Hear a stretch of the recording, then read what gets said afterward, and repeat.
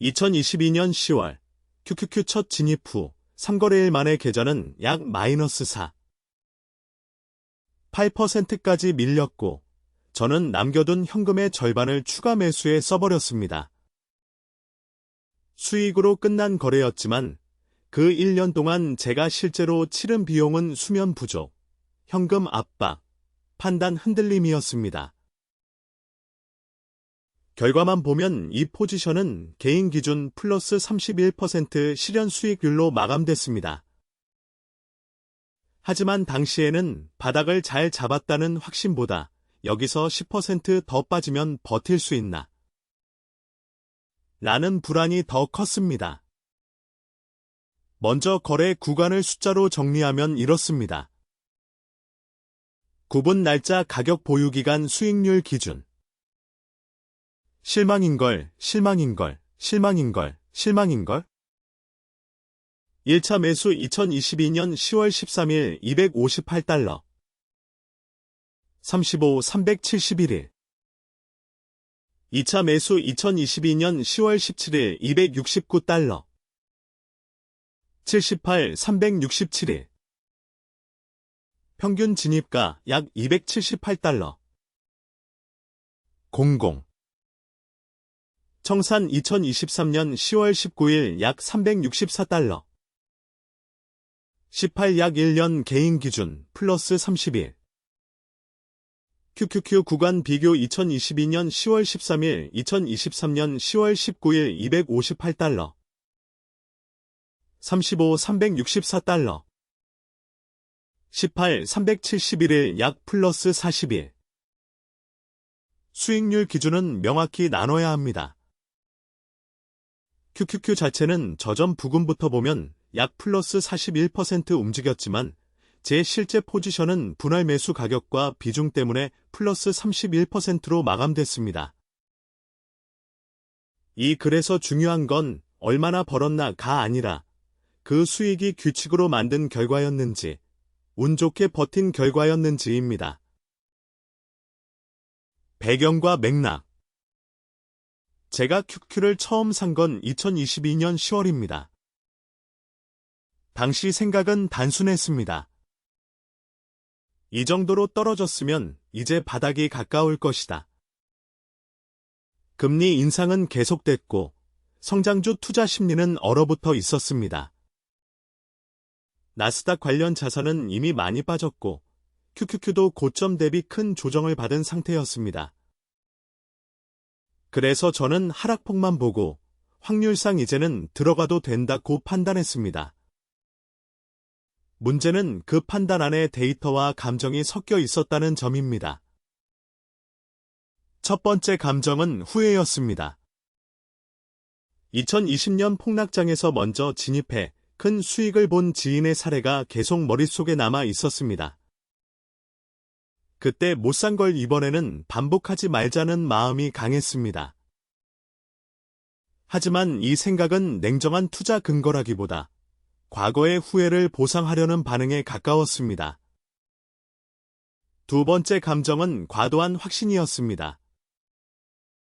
역사적으로 40% 이상 빠진 구간은 많지 않다는 식의 메시지를 접하면서 위험이 작아 보이기 시작했습니다. 하지만 과거의 하락률은 참고자료일 뿐 미래의 바닥을 보장하지 않습니다. 데이터가 있어도 매수 비중, 추가 매수 기준, 손절 기준이 없으면 결국 실행은 감정에 맡겨집니다. 반전과 전개. 첫 매수 후 며칠 지나지 않아 QQQ는 더 내려갔습니다. 계좌가 빨갛게 변하기는커녕 손실이 먼저 보였습니다. 저는 불안해졌고 동시에 더 싸졌으니 사야 한다는 생각에 남겨둔 자금의 약 절반을 추가로 넣었습니다. 지금 돌아보면 이 거래에는 세 가지 문제가 있었습니다.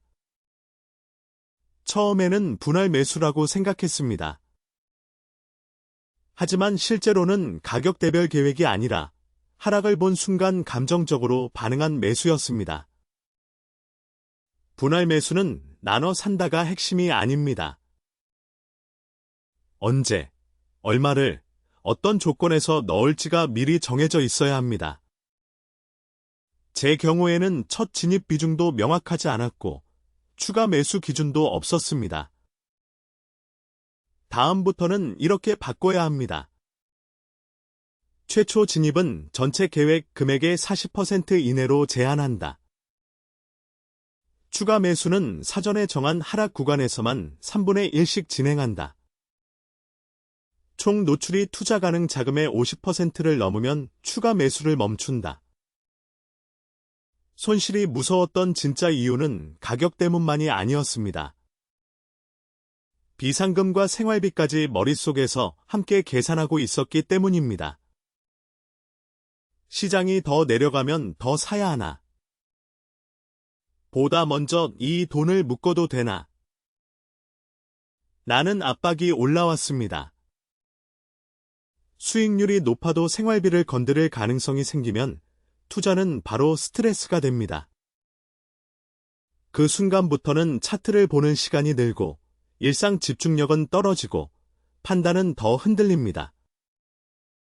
그래서 투자 가능 금액은 이렇게 분리해야 합니다. 투자 가능 자금 총자산, 6개월 생활비, 확정 지출 여유분. 단일 ETF 또는 종목 노출은 가용 자산의 20에서 30% 이내. 총 손실이 마이너스 15%에 접근하면 추가 매수가 아니라 비중 축소 여부를 먼저 검토. 포지션이 플러스로 돌아선 뒤에도 문제는 끝나지 않았습니다. 오히려 그때부터 또 다른 고민이 시작됐습니다. 조금만 더 기다릴까? 이제 팔면 너무 일찍 파는 건가? 다시 떨어지면 후회하지 않을까? 결국 매도 판단도 규칙이 아니라 감정에 의존했습니다. 다행히 시장 회복 구간이 이어져 수익으로 마감했지만 그건 제가 구조적으로 잘해서라기보다 시장 방향이 제 편이 된 영향이 컸습니다. 다음부터는 손익 처리 기준을 미리 정해야 합니다. 손실이 마이너스 8%를 넘으면 추가 매수가 아니라 원래 계획을 재검토한다. 손실이 마이너스 12% 이하로 확대되면 일부 축소 또는 중단 기준을 실행한다. 수익이 플러스 12에서 15% 구간에 들어오면 일부 매도의 실현 이익을 확보한다. 클라이맥스 1년 뒤 이 거래를 다시 보면서 가장 크게 남은 질문은 하나였습니다. QQQ가 여기서 50% 빠져도 나는 정해둔 규칙대로 행동할 수 있었나? 대답은 아니었습니다. 저는 수익을 냈지만 그 과정에서 충분히 통제된 투자를 하지는 못했습니다. 추가 매수는 계획보다 감정에 가까웠고 손실 구간에서는 현금 압박을 느꼈고 수익 구간에서는 매도 기준이 흔들렸습니다. 그래서 이 경험의 결론은 QQQ를 사서 돈을 벌었다가 아닙니다. 오히려 반대에 가깝습니다. 수익이 났어도 규칙 없이 얻은 수익은 다음 거래에서 재현되기 어렵다. 이번 거래에서 배운 핵심은 3가지입니다. 매수 전 총 투입 한도를 정해야 한다. 손실 구간에서 추가 매수할 가격과 금액을 미리 정해야 한다. 수익 구간에서 일부 매도할 기준을 숫자로 정해야 한다. 이 3가지가 없으면 계좌가 오를 때도 불안하고 떨어질 때는 더 불안합니다. 마무리. 지금 돌이켜보면 당시 제게 필요했던 건 더 좋은 전망이 아니라 더 구체적인 규칙이었습니다. 시장 전망은 언제든 틀릴 수 있지만 자금 배분과 손익 기준은 미리 정할 수 있습니다.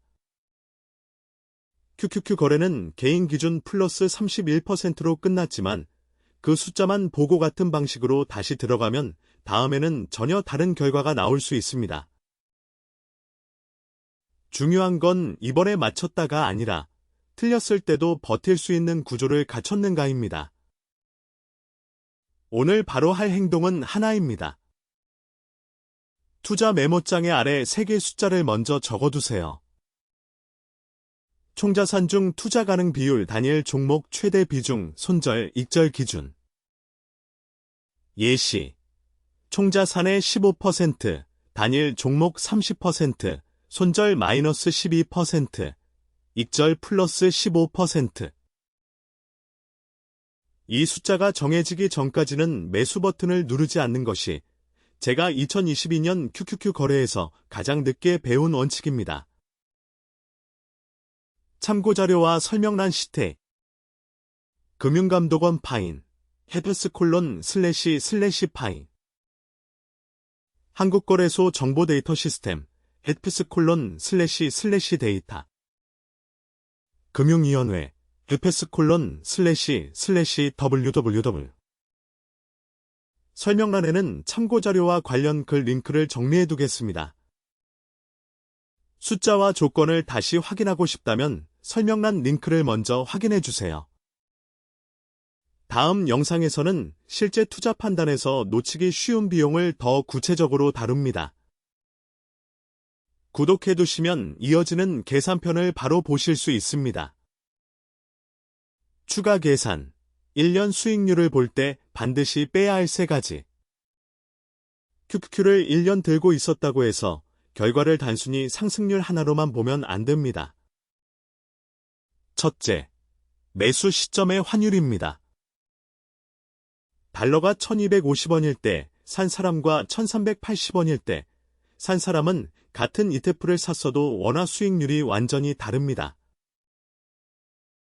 둘째, 분할 매수 여부입니다. 폭락 첫날 전액 매수한 사람과 사주에 나눠 산 사람은 심리적 압박과 평균 단가가 다릅니다. 셋째, 세금과 매매 비용입니다. 해외 ETF는 매도 이익의 과세가 붙을 수 있어 계좌에 찍힌 평가 수익률과 실제 손에 남는 돈이 다를 수 있습니다. 예를 들어 1,000만 원을 한 번에 넣은 투자자가 12개월 뒤 18% 수익을 봤다고 가정해도 환율이 5% 불리하게 움직이면 체감 수익은 크게 줄어듭니다. 반대로 ETF 가격 상승은 작아도 환율이 유리하게 움직이면 원화 기준 결과는 더 좋아질 수 있습니다. 그래서 폭락장 매수 경험을 복귀할 때는 얼마나 올랐나 보다 내가 감당 가능한 방식으로 산날을 먼저 봐야 합니다. 다음에 시장이 다시 10%, 20% 흔들릴 때는 3가지를 미리 정해두는 것이 좋습니다. 첫째, 총 투자금 중 한 번에 넣을 비율을 정합니다. 둘째, 추가 하락 시 며칠 간격으로 나눠 살지 정합니다. 셋째, 언제 팔지보다 어떤 조건이면 계속 보유할지를 문장으로 적어둡니다. 이 3가지를 정하지 않고 폭락장에 들어가면 가격보다 감정에 끌려다니기 쉽습니다. 설명란에는 참고자료와 계산, 체크리스트 링크를 남겨두겠습니다. 본인의 매수 단가, 환율, 세금 조건을 같이 적어보면 단순 수익률보다 훨씬 정확한 판단이 가능합니다. 다음 영상에서는 연금저축과 IRP에서 같은 ETF를 담을 때 세금 차이가 어떻게 달라지는지도 이어서 계산해 보겠습니다.